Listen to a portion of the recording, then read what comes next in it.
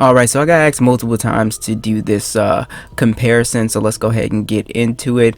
So we got the iPhone XS versus the LG G8. So the G8 comes in at around 250. It can go up even higher if you want it brand new. You're looking to pay around like 350 to 400.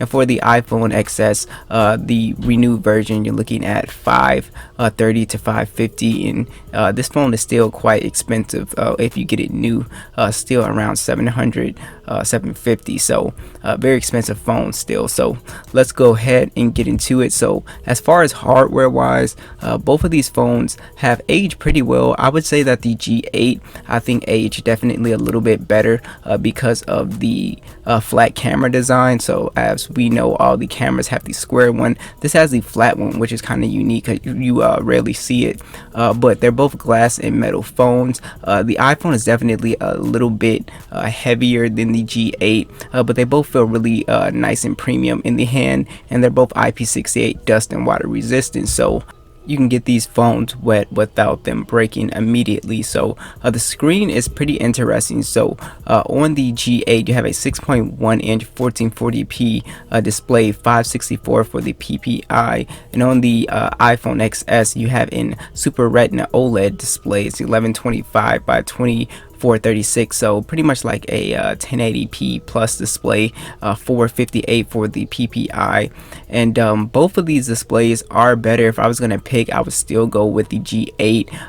The iPhone's display is nice, you know, it's a 5.8 inch, but you have the huge notch at the top which houses all these sensors, Face ID and stuff like that. But you can definitely tell the difference between the pixel density and just the overall resolution. So 1440p versus 1080p is always going to look better, you know, 1440p. So definitely the sharper and just overall better looking display. I actually found colors to be a little bit better on the G8 as well, a little bit more realistic to life. But both displays are actually pretty bright for outdoor use, so that's really great there.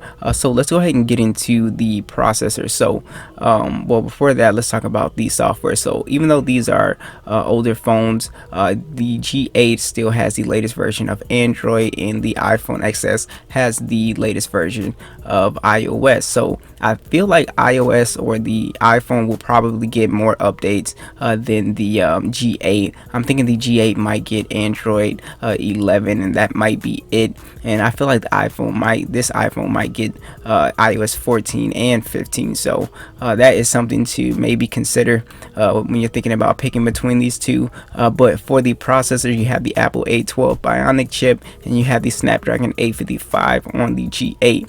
Both of these are pretty fast. I think the iPhone was slightly faster in launching applications and stuff like that, but it wasn't by a whole bunch. And then I found with gaming performance, it's pretty much the same. You'll be able to play Call of Duty Mobile at the same settings, Fortnite. So there's no real difference with you know, gaming performance, and the notch is smaller on the G8, so that is something that I really like. So I just feel like it's just better gaming experience when you have that less intrusive notch. All right, so for the storage, you have 64 gigs of internal storage on the iPhone, but you don't have expandable storage, which is something that I've never liked. And on the G8, for the base model, you actually get 128 gigs of storage. So you have 4 gigs of RAM on the iPhone and 6 gigs of RAM on the G8. Both of these are great at multitasking, especially with iOS. Everything just seems to be optimized, and it just really flies through multitasking. And both these phones are pretty smooth. So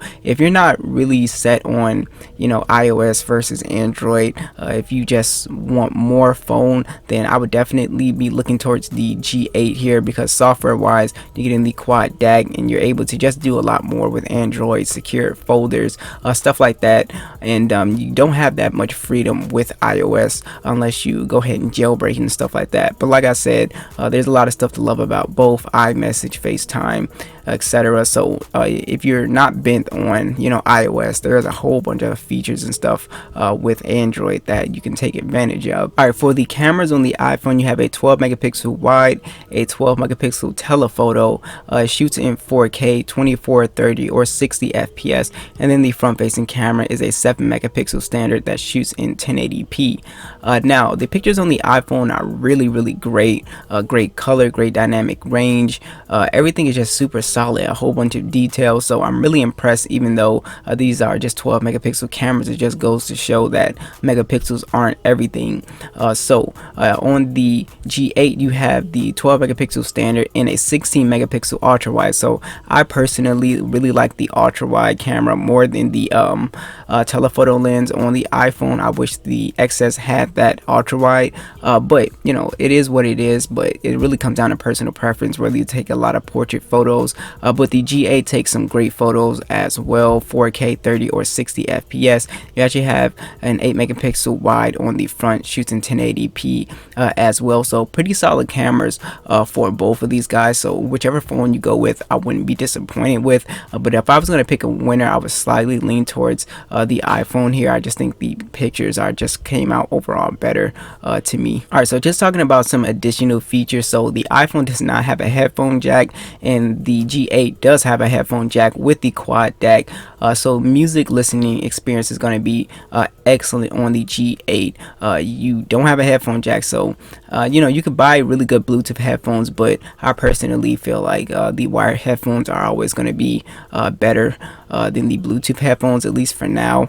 But yeah, it is what it is. If you're super into audio, then I will go with the G8. Now, the iPhone has some excellent stereo speakers. You only get one single firing speaker on the G8, and yeah, it's definitely louder. Two speakers are going to be better than one. So the iPhone just has some really loud speakers, which I was really impressed with. So both of these phones have NFC, so you can do mobile payments on both of these guys. So that is really awesome to see. So here is a big difference with both of these phones. So on the iPhone, you have a 2658 milliamp battery, 15 watt fast charging, and wireless charging.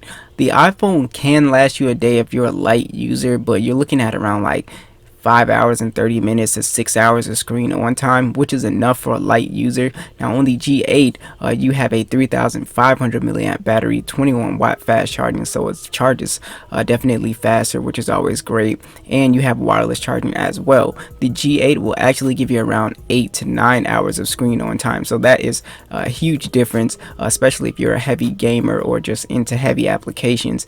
The G8 is definitely going to last you all day, no problem, if not, you know, into the next day if you're a light user. So big difference with battery life performance is what I've seen so far. So both excellent phones. Be sure to let me know what you guys think. Big price gap, but yeah, like I said, two excellent phones. So what do you guys think? Be sure to let me know. I'll catch you guys in the next one.